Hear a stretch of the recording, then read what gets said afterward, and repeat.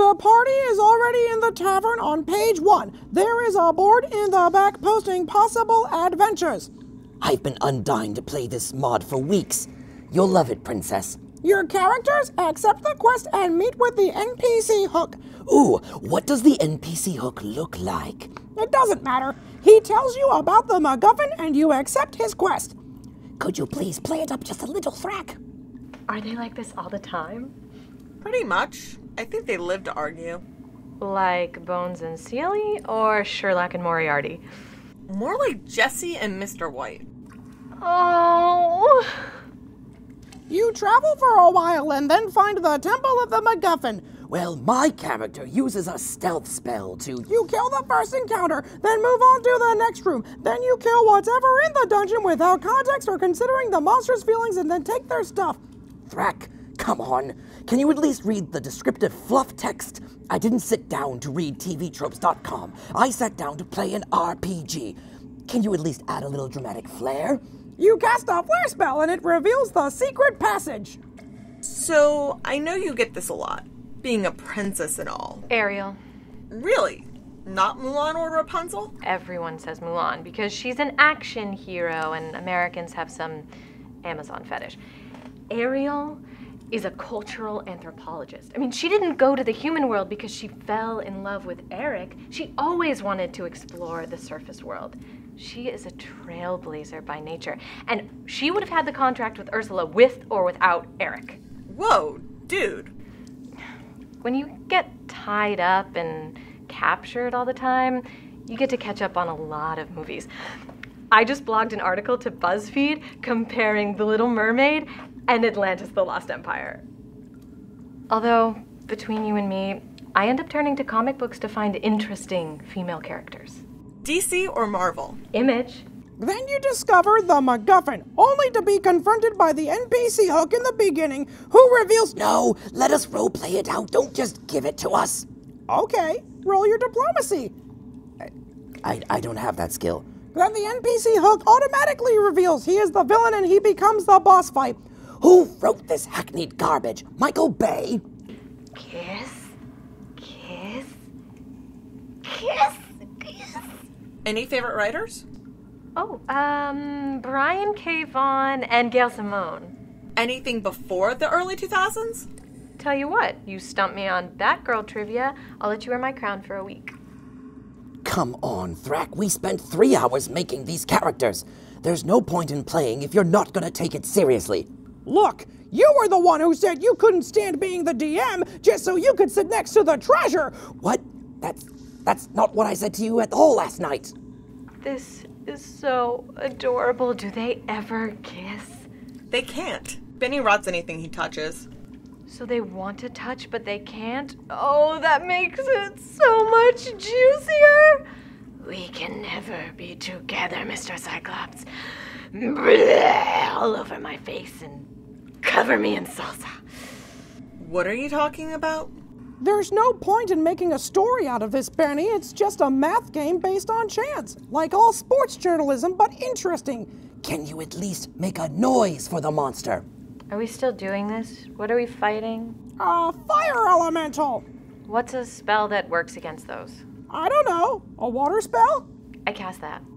Okay, it works and you move on. Now you've got her doing it too?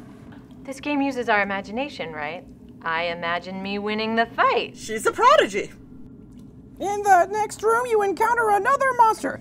I attempt to... I fight it, kill it, and take its stuff. If I could rage quit life right now, I would.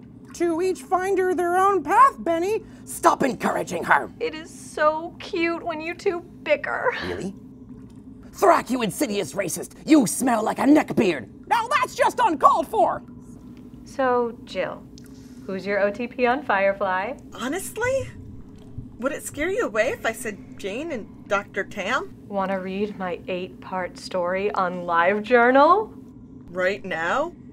Yeah? I I just don't see why you're yelling at me. Because you're just as bad at GMing as you are playing a fire elemental. It's not my fault this game's a hot mess. Your mom's a hot mess. Oh, snap, son. That burn went right through my fire resistance.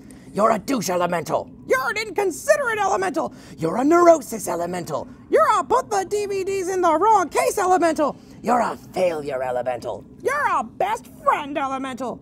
I'm a... what? Stop forgetting that we're having an argument. But you wanted me to yell at you like a fire elemental, right? This is how fire elementals talk smack. So, wait, you're in character right now? Aren't you? Of course I am. Good! Then you beat the boss, gain the appropriate number of experience points, and return to the first page with the MacGuffin. Yay! Hello, caller. You're live on WRPG 96.9 with Mandy. What's eating you tonight? Hello, Mandy. My name is Ben J. Mann. Yes. Long-time listener, first-time caller. I'm spiraling down a pit of self-loathing into the blackened fires of oblivion. Well, sorry to hear that, Benjamin. So, what's her name? She's kind of a new coworker, and she makes me feel things I didn't think I could feel anymore. So you really like her, huh? Even if I did, it wouldn't matter. My touch would wither her flesh into gray muck, and she'd rise as one of my zombie minions. I'd like to avoid that if at all possible.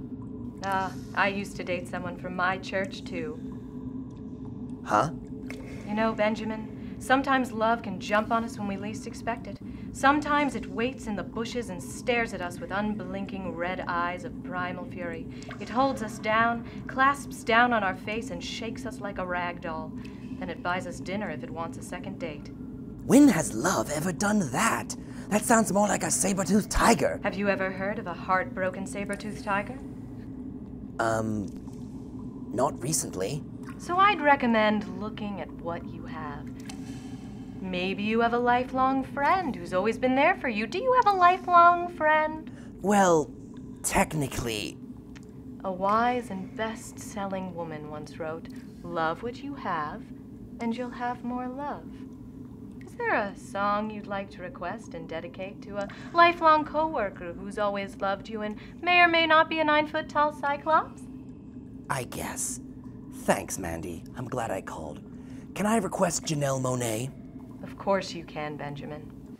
You have a good night.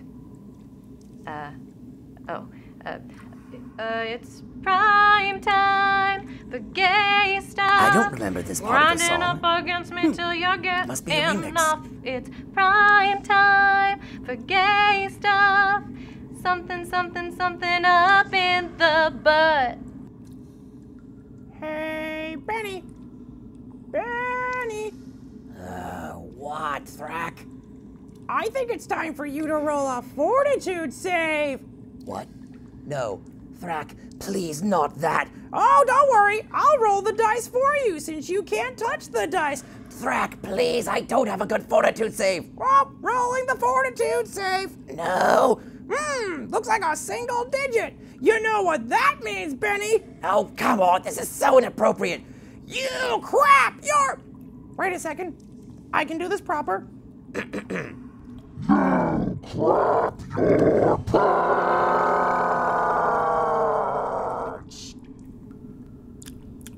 Yay! Yay! Oh, why aren't you two f***ing yet?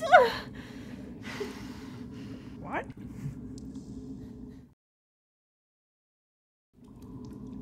Where'd you disappear to last night?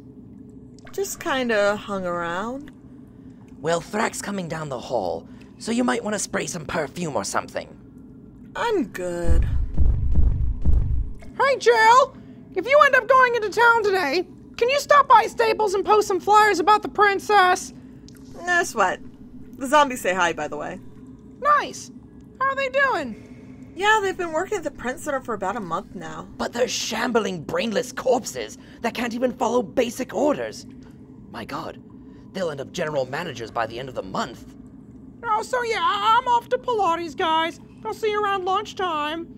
Make sure the treasure gets tied up if any adventurers show up. he doesn't want to eat you anymore? I guess not. So you're not a... anymore? You didn't! So what if I did? Ah! This episode was brought to you by the Nine Hells, which is where Jill can shove off to, burn, and rot for all I care, for all eternity, and the next afterlife. Visit her website and learn more at www.jillcan shove it through her earlobe, butter donkey new shoe smothered 6-foot-tall yogurt spray trampoline.com. Also by the number 6, which can join her for all I care.